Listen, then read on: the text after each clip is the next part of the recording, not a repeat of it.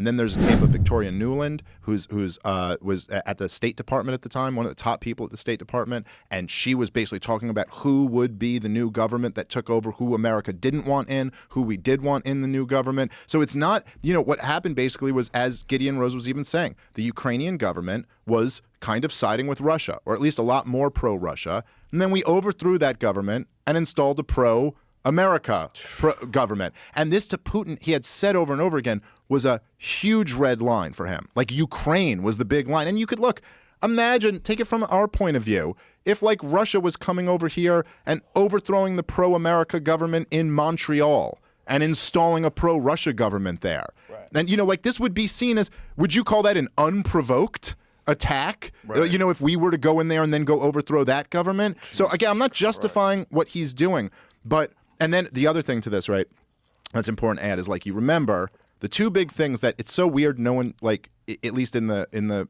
larger conversation, I don't see anyone connecting these things, is that there's two things involving Ukraine that were very big, that happened very recently in American history, that very much connect to this war. And one is that our last president was impeached over a thing with Ukraine. And what was that? And then the other thing is the current president's son was getting paid millions of dollars from a company, Burisma, in Ukraine. And these things all connect.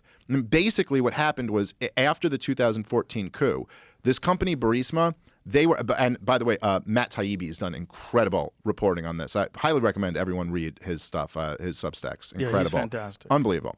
But so basically, Burisma was in bed with the old government that had allied with Russia. And so when this government was overthrown, they were very worried, because they were like, oh, we were in bed with the old government, and now there's this new government who's in there. And so instead of bribing the new government, they just went right to the source and bribed the son of the sitting vice president. Joe Biden, when he was vice president, was in charge of Ukraine policy. Oh, my God. So they just went, that was why they put him there. And then they put some other CIA guy or something like that on their board. They're just paying him money to just be like, hey, keep us in with you. And then Trump was telling them to investigate all of this shit. He got on the phone with them and was like, I want to investigate everything that was going on with Joe and Hunter Biden in Ukraine. And Donald Trump did.